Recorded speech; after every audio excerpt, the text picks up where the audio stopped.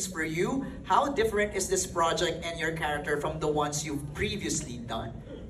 Well, ibang-iba talaga siya. Like yung, of course, it's different from Budoy, A Soldier's Heart, Tayong Dalawa, yung mga ano. But more than just the character, it's the story itself. Like kanina, di ba?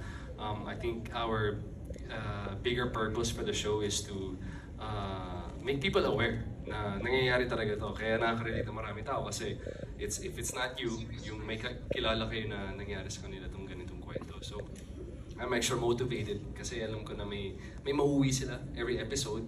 Diba, may bago kayo matututunan and there's that awareness. So parang eye-opener siya sa viewers natin, super, no? Na parang super.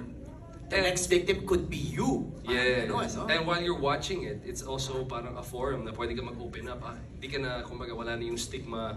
Na, alam mo na, nangyayari din sa akin yan. Yung gagawin. I should speak up. Parang I should speak up. And then, yun, diba? Kasama yung friends mo, nangyayari sa akin yan Because of the show, medyo mawawala yung stigma at yung takot. Diba? Tama yun. Kasi pag hindi ka nagsalita, lalong maraming mabibiktima yung scammer na yun, di ba? Our next, thank you, Gerald.